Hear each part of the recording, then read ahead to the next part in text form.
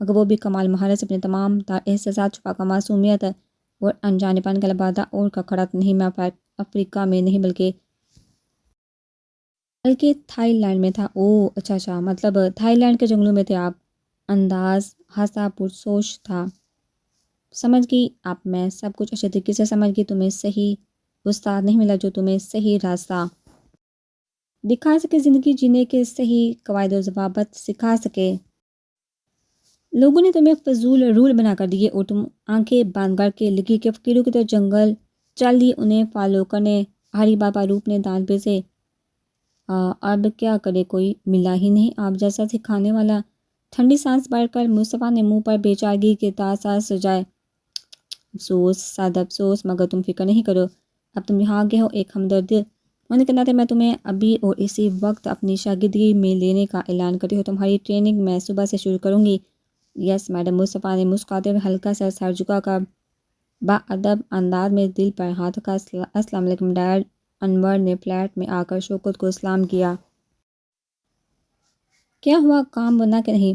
شوکت نے بنا سلام کا جواب دیا، اپنے مطلب کی بات پوچھی۔ فکر نہیں کریں ڈیڈ، صدیق کو ہمارے ساتھ کسی بھی طرح یہ ڈیل کرنی ہی ہوگی۔ صوفے پر ٹانگ جما کر وہ شوکت کے عین سامنے بیٹھا۔ پہلے تو وہ صدیق نیلم کی بات کسی طور نہیں ٹالے گا، اور اگر ٹال بھی دی تو اس گھر میں ہمارا دوسرا پیادہ بھی موجود ہے۔ خیر ڈیڈ، یہ نیلم کچھ زیادہ ہی بے صبری دکھا رہی ہے۔ اب کیا بول رہی ہے وہ بد دماغ پاگل؟ اور شوکت نے نحوست سے سر جھٹکا۔ اسے بہت جلدی ہے اپنا بدلہ لینے کی۔ ابھی پاکستان آئے پوری طرح 24 گھنٹے نہیں ہوئے، بنا چھان بین کیے، بنا محالت کے بارے میں کوئی بھی انفارمیشن نکالے اپنے بنائے گئے پلان پر عمل کرنے کا بول رہی ہے۔ ساری انفارمیشن شوکت کے گوشہ گزار کر کے اس نے پانی کا گلاس لبو سے لگایا، اس سے تھوڑا صبر رکھنے کا بولا۔ ابھی ہمیں یہاں اپنے تھوڑے قدم جمانے دو، پھر کوئی پلان پر عمل کریں گے۔ ابھی تو میں ذرا اپنے شہیدے بیٹے پر توجہ دے لوں جو اپنے باپ کو جیل بھیج کر میرے ہی پیسوں پر بزنس کھڑا کر کے ہر طرف سے پرسکون ہو کر خوش و حرم زندگی گزارنے میں مگن ہے۔ صحیح کہہ رہے ہیں آپ ڈیڈ، تو پھر کیوں نہ شروعات آپ کے پوتے چاند سے کی جائے؟ انور نے اپنی رائے کا اظہار کیا۔ نیکی اور پوچھ شوکت نے بدلے میں مکاری سے جواب دیا۔ سر ایک منٹ اس فائل پر نظر ثانی کریں پلیز، مجھے بہت ضروری کام سے جانا ہے۔ ہاں ٹھیک ہے، آپ آفس میں آ جائیے، میں دیکھ لیتا ہوں یہ فائل۔ آنکھوں پر گلاسز لگا کر چاند نے اپنے قدم آگے بڑھائے۔ No sir please, it's urgent, please sir please یہیں چیک کر لیں۔ چاند نے ایک نظر اس کے التجائی لہجے پر غور کیا اور پھر ٹھنڈی سانس بھر کر چلتے روڈ کو دیکھا۔ لا دو مجھے یہ فائل سر، تھوڑا اس طرف آ جائیے۔ رؤف نے اسے روڈ کی دوسری طرف آنے کا اشارہ کیا۔ کچھ دیر بعد اس نے ایک نظر چاند کو فائل میں مگن اور ایک ترچھی نظر ان دونوں سے کچھ فاصلے پر کھڑے ٹرک پر ڈالی۔ نامحسوس طریقے سے ہاتھ کی انگلیوں کو چاند کی طرف آنے کا اشارہ کر کے وہ خود بھی چاند کی طرف متوجہ ہوا۔ ٹرک والا بھی شاید اس کے اشارے کا منتظر تھا۔ جیسے ہی ٹرک کی رفتار بڑھی، رؤف کے ماتھے پر ہلکا پسینہ آنا شروع ہو گیا۔ رؤف، یہ کیا دیکھ رہے ہو تم مجھے؟ اس میں کیا خاص ہے جس کے لیے تم نے مجھے سڑک کے بیچوں بیچ روک لیا؟ 2 مہینے پرانے کنٹیکٹ کی فائل دے کر چاند کا غصہ اگایا۔ سر سوری سر، مجھے لگتا ہے وہ فائل گاڑی میں ہی چھوٹ گئی، آپ بس 1 منٹ یہاں انتظار کریں، میں ابھی وہ فائل لایا۔ ہاتھ کے پھر سے پسینہ صاف کر کے وہ ہڑبڑی میں بنا چاند کے ہاتھ سے فائل لی اس جگہ سے تیر کی تیزی سے ہٹ گیا، جبکہ اس لاپرواہی پر چاند ایک بار پھر جھنجھلا اٹھا۔ یہ کیا بدتمیزی ہے رؤف؟ یہ فائل کون؟ اس سے پہلے کہ وہ اپنی بات مکمل کرتا نظر سامنے سے آتے تیز رفتار ٹرک پر پڑی جس کی منزل شاید اسے ہی کچلنا تھا۔ اس کے اور اس کی موت کے درمیان شاید ہی چند سیکنڈ کا فاصلہ ہو۔ ایک پل کے لیے موت کو اپنے اتنا قریب دیکھ چاند کو اپنا سانس رکتا ہوا محسوس ہوا، مگر عین وقت پر کسی نے فرشتے کی طرح آ کر اس کا بازو پکڑا اور اپنی طرف کھینچا۔ شاہ کی کیفیت میں اس کی نظر جیسے ہی خود کو بچانے والے پر پڑی، مارے حیرت کی آنکھیں پھٹی کی پھٹی رہ گئی۔ کبھی سوچا نہیں تھا یہ نازک سی لڑکی اس کی زندگی پر اتنا بڑا قرض چڑھا دے گی۔ 2 ٹکے کے مینیجر، ابھی تمہاری زندگی آدھے ٹکے کی نہیں رہتی۔ ایسے کام کرتے ہی کیوں ہو جو خودکشی کی نوبت آ جائے؟ اور ہاں، اگر مرنے کا اتنا شوق چڑھا ہے تو ہمارے آفس کے سامنے ہی کیوں؟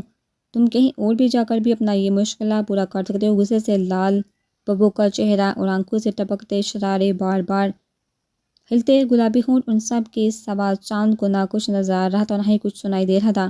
اب بولتے کیوں نہیں؟ چاند کو ایک ہی پوزیشن میں اسٹیچو بنا دیکھ وہ چنچلا اٹھے، مگر پھر اچانک ذہن میں ہونے والے چماکے پاس سے ہی سہمی نظر سے اس کی طرف دیکھا۔ یہ دل میں کوئی جنتر منتر پڑ رہا ہے۔ او خدا، میں تو اپنے گلاسز بھی گاڑی میں بھول آئی۔ مشی بیٹا باغ لے یہاں سے، اس سے پہلے کہ یہ اپنا منتر تجھ پر پھونکے، اس سے پہلے کہ وہ وہاں سے بھاگتے ہوئے نکل آئے، پر اس کی مضبوط گرفت محسوس کر کے اس نے تھوک نکلا۔ مگر آگے کا عمل اس کے لیے سب سے زیادہ حیران کن تھا۔ جب چاند نے کھینچ کر اس کے نازک وجود کو اپنے مضبوط بازو کے حصار میں لے کر خود میں بھیجا، تھینکس میری جان بچانے کے لیے۔ اپنے کانوں میں ہوئی مدھم سی سرگوشی پر اس کی سانسیں بھی کچھ پل کے لیے تھم گئی۔ کل جب وہ خوب موشی سے اس کی بات مان گئی تو چاند کے دل میں ایک امید جاگ گئی۔ مشی کو خود میں مضبوطی سے بھیجے آج وہ اپنے جذبات کا اظہار کرنا چاہتا تھا، مگر اس کے نازک وجود کا نرم گرم لمس پاتا ہی دل بے ایمان بہک اٹھا۔ انہی لمحوں کے زیر اثر اس نے مشی کے بالوں میں اپنا سر چھپایا، تبھی اس نے سلگتے جذبات اور دہکتے لبوں سے مشی کی شارگ کچھ ہوا۔ اسی وقت کسی نے یہ لمحہ اپنے موبائل میں کئی تصویروں لے کر قید کر لیا، ایک بار دو بار، اس سے پہلے کہ اس کے تشنہ لب تیسری بار یہ گستاخی کرتے مشی نے ایک جھٹکے سے اس کے مضبوط حصار سے اپنا آپ چھڑوایا۔ لمحے کے ہزارویں حصوں میں ایک سناٹے تھا، تب چاند کے چہرے کے زینے بن چکا تھا، غصے کی شدت سے لب پھڑپڑا رہے تھے، تب اسے کچھ بولا نہیں گیا۔ غصے سے زیادہ شاید اس وقت وہ صدمے میں تھی، تبھی آنکھوں میں آنسو لیے تیزی سے اپنی گاڑی کی طرف بڑھ گئی۔ مشی رک جاؤ، آئی ایم سوری، میں بہہ گیا تھا، مجھ سے غلطی ہوگی، مگر میں قسم کھا کر کہتا ہوں میرا ایسا کوئی ارادہ نہیں تھا۔ اپنی صفائی پیش کرتے ہوئے وہ اس کے پیچھے بھاگا، مگر اس سے پہلے ہی وہ زین سے گاڑی بھگا کر لے جا چکی تھی اور دور کھڑی نیلم کے چہرے پر شیطانی مسکراہٹ بکھر گئی۔ اب مزہ آئے گا مشل ڈارلنگ، تم نے میری پارٹی برباد کی تھی، میں تمہاری ساری زندگی برباد کر دوں گی۔ پچھتاؤ گی اس دن کو جب تم نے نیلم سے ٹکرانے کی جرات کی، جب تمہاری ماں میرا کچھ نہیں بگاڑ سکی تو تم کس کھیت کی مولی ہو۔ انداز فاتحانہ اور لہجہ غرور سے پوچھا، ڈیڈ ہاؤ ڈیئر یو۔ امن نے آتے ہی اپنا بیگ کھینچ کر صوفے پر دے مارا، یہ کیا بدتمیزی ہے؟ عمل انور غصے سے دار، یہ تو آپ بتائیں ڈیڈ، کیا تھا وہ سب؟ اس وقت کی عمل اور جو عمل مشی کے ساتھ ہوتی تھی اس میں اور اس عمل میں زمین و آسمان کا فرق۔ تمیز سے بات کرو عمل، تم اپنے باپ کے سامنے کھڑے ہو۔ اس وقت انور بھی کہاں یہ باتمیزی برداشت کرنے والا تھا، سو بنا لگی لپٹی رکھے ایک دم سے جاڑ کر رکھ دیا، آج میں اپنی ساری تمیز بھول گئی ہوں ڈیڈ، کیونکہ آپ نے کام ہی ایسا کیا ہے۔ عمل کی آواز اب پہلے سے کہیں زیادہ بلند ہو گئی تھی، آواز نیچے، اور بتاؤ کیا مسئلہ ہو گیا ہے؟ یہ آپ پوچھ رہے ہیں ڈیڈ؟ میری ایک بات دھیان سے سن لے، آپ نے آج تو چاند کو مارنے کا سوچ کر غلطی کر دی، مگر آئندہ یہ غلطی آپ غلطی سے بھی مت کرنا، ورنہ مجھ سے برا کوئی نہیں ہوگا۔ اپنی ہی بیٹی کے منہ سے اپنے دشمن کے لیے ہمدردی اور اپنے لیے آنکھوں سے نکلتی چنگاریاں دیکھ ایک پل کے لیے اسے حیرت ہوئی۔ خاموش شوکت کی گرجدار آواز پر کچھ لمحوں کے لیے ماحول میں سکوت چھا گیا۔ عمل بیٹا آرام سے بتاؤ، ہر مسئلہ کیا ہے؟ ہم نے تمہیں مشی کی خاص دوست بنا کر وہاں بھیجا ہوا ہے، تو پھر یہ سب تم کیا بول رہی ہو، جبکہ تم اچھی طرح سے جانتی ہو کہ وہ ہمارے دشمن کا بیٹا ہے۔ انور کے مقابل شوکت نے مصلحت سے کام لیا، دادا جی وہ ہمارے دشمن کا بیٹا ہے، دشمن ہی، اور اب تو آپ لوگ اسے غلطی سے بھی نقصان پہنچانے کا نہیں سوچنا، کیونکہ وہ باپ کی پوتی کی پسند ہے، اور آپ دونوں بہت اچھی طرح سے جانتے ہو جو چیز مجھے پسند آ جاتی ہے اسے ہر حال میں میرا ہونا ہوتا ہے۔ دونوں کو ششتر چھوڑ وہ خود تن فن کرتی آگے بڑھ گئی۔ جتنی رقم میں نے تم لوگوں کو دی ہے اس کا صحیح حق ادا کرتے ہوئے تم سب کو اپنا کام پوری ایمانداری سے کرنا ہوگا۔ وہ کے پاس ہم اپنا کام جلد از جلد انجام دینے کی کوشش کریں گے، اگر آپ ہمیں یہ رقم نہ بھی دیتے تب بھی ہم اس لڑکی کو آپ تک پہنچاتے۔ اس لڑکی کی وجہ سے ہمارے 3 ساتھی ابھی تک غائب ہیں۔ ان سب کا لیڈر شاید زیادہ ہی غصے میں تھا۔ ٹھیک ہے، لیکن اتنا یاد رکھنا تم سب نے اس لڑکی پر صرف تب ہی حملہ کرنا جب وہ بالکل تنہا ہو، ورنہ اپنے باقی 3 ساتھیوں کی طرح تم سب بھی غائب ہو جاؤ گے۔ ان سب کا لیڈر شاید زیادہ ہی غصے میں تھا۔ ٹھیک ہے، لیکن اتنا یاد رکھنا تم سب نے اس لڑکی پر صرف اتنا ہی تب ہی حملہ کرنا ہے جب وہ بالکل تنہا ہو، ورنہ اپنے باقی 3 ساتھیوں کی طرح تم بھی سب غائب ہو جاؤ گے۔ ایک اور بات، اسے لڑکی سمجھ کر کام غلطی مت کر لینا، اس لیے سب ایک ساتھ حملہ کرنا اور اسے بالکل بھی کوئی ہوشیاری کرنے کا موقع نہیں دینا۔ اس بار کچھ بھی کر کے تم لوگوں نے اس لڑکی کو مجھ تک پہنچانا ہی ہے۔ پیسوں سے بڑا سوٹ کیس ٹیبل پر رکھا اور ہم نے اپنے سامنے بیٹھے آدمی سے ڈیل پکی کی، میڈم جی آپ اتنی صبح صبح مجھے اس پارک میں کیوں لائی ہیں؟ مصطفیٰ کے احمقانہ سوال پر روپ نے اسے کھا جانے والی نظر سے دیکھا کہ تمہارے بڑوں نے یہ بھی نہیں بتایا صبح صبح نہار منہ کوئی پارک جاتا ہے کیوں؟ جی میڈم بالکل پتہ ہے، صبح صبح ہم تازہ ہوا کھانے پرندوں کی چہچہاہٹ سننے جاتے ہیں پارک۔ اپنی توقع کے برعکس جواب سن کر اس نے صبر کا گھونٹ بڑھا اور اس کے علاوہ سینے پر ہاتھ باندھ کر وہ اس کی طرف متوجہ ہوئی اور بس اف میں بھی آخر کسی درست جواب کی توقع کر رہی ہوں۔ سرجٹ کا وہ ایک بار پھر پوری طرح اس کی طرف متوجہ ہوئی۔ مان لیا کہ ہم صبح صبح یہاں تازی ہوا کھانے آتے، مگر اس سے کہیں زیادہ یہاں آنے کا مقصد چہل قدمی کرنا، ورزش کرنا اور جاگنگ کرنا ہوتا ہے تاکہ ہمارا جسم کھلے دماغ پر اچھا اثر پڑے، سستی دور ہو اور ہم باقی کا سارا دن ایکٹیو رہیں۔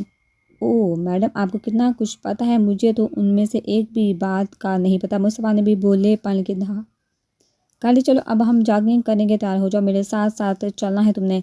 اسے حکم دے کر روپ نے ہاتھ میں پکڑی جوس اور پانی کی بوتل قریبی بینچ پر رکھی اور آنکھوں سے اپنے ساتھ چلنے کا اشارہ کیا۔ ایک راؤنڈ تو دونوں کا ہی سکون سے نکل گیا۔ مصطفیٰ نے ترچھی نظر سے اس کی سمت دیکھا جس کا سانس اب تھوڑا تھوڑا پھولنا شروع ہو گیا تھا۔ کچھ سوچ کر اس نے اپنے قدم آہستہ کر لیے۔ او خدا، کچھ دور جا کر جب اسے اپنا آپ اکیلا محسوس ہوا تو مڑ کر دیکھنے پر توقع کے مطابق مصطفیٰ اس سے کافی پیچھے آہستہ آہستہ قدموں سے اسی کی طرف آ رہا تھا۔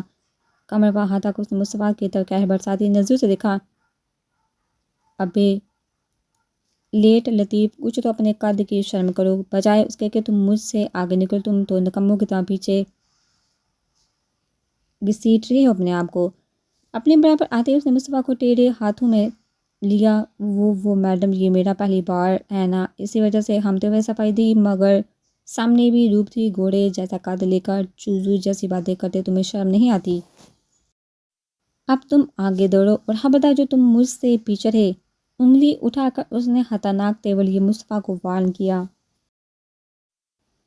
مسکراہٹ دبا کر اس نے آگے دوڑنا شروع کیا، مگر اب لبوں پر مسکراہٹ یکساں موجود تھی۔ روپ کی یہ چھوٹی چھوٹی چیزیں اسے بہت اچھی لگ رہی تھی۔ دل میں سکون تھا کہ وہ اس کے قریب ہے اور اس کی توجہ کا مرکز صرف اسی کی ذات ہے۔ وہ اسے اپنے قریب سے قریب تر کر لے گا، بہت جلد وہ اسے اپنے قریب سے قریب تر کر لے گا۔ اس کی سوچوں پر اور دل کی دنیا پر بھی صرف اور صرف مصطفیٰ شاہ راج کرے گا۔ رکو رکو، پیچھے سے اس کی مسلسل گونجتی آواز پر اس نے اپنے آگے بڑھتے قدم روکے، لبوں پر پھیلی مسکراہٹ کو پس پردہ ڈالا۔ سوچ کے بارے میں شاید کچھ زیادہ ہی آگے نکل گیا تھا، تبھی روپ کا خفگی سے بھرپور چہرہ دیکھنے کو مل رہا تھا۔ تمہیں شرم نہیں آتی؟ اپنی میڈم سے آگے نکلتے ہوئے پھولے چہرے کے ساتھ اس کا لہجہ بھی حبکی لیے تھا۔ وہ میڈم جی آپ نے ہی بولا تھا کہ آگے چلو۔ ہاں تو چلنے کا بولا تھا، بھاگنے کا نہیں۔ بینچ پر بیٹھ کر اس نے پانی کی بوتل سے پانی منہ میں انڈیلا۔ ہاں میں بھی بہت تھک گیا ہوں میڈم، بس اب گھر چلتے۔ مصطفیٰ نے بھی اس کے برابر بیٹھ کر ماتھے سے پسینہ صاف کیا۔ ارے ایسے کیسے، آج تمہارا پہلا دن ہے، جاؤ اور 10 چکر اور لگا کر آؤ، میں یہاں بیٹھ کر تمہارے سارے راؤنڈ گنوں گی۔ شان بے نیازی سے اس نے حکم صادر کیا۔ مگر میڈم آج تو میرا پہلا دن ہے، تو آپ مجھے 3 راؤنڈ لگا کر دکھائے، پھر میں کل آپ کو 10 چکر لگا کر دکھاؤں گا۔ ایک بار پھر توقع کے برعکس جواب سن کر پانی کا گھونٹ اس کے گلے میں اٹک گیا، جیسے بہت مشکل سے اس نے گلے سے نیچے اتارا۔ اوہ ہیلو، پریکٹس کی ضرورت مجھے نہیں تمہیں ہے، اسے تم ابھی سے ٹرائی کرو، اور ویسے بھی اس گراؤنڈ کے راؤنڈ لگانے کا میرا 20 سال کا تجربہ ہے۔ اس کے باقی بہانوں سے تو مصطفیٰ محظوظ ہوا، مگر آخری بات پر اس کی آنکھیں پوری طرح کھل گئی۔ نوٹنکی ہے پوری۔ مسکرا کر سر جھٹکتے ہوئے اس نے 10 راؤنڈ لگانے کے لیے کمر کس لی۔ آخرکار اس کی میڈم کا حکم سار آنکھوں پر جو تھا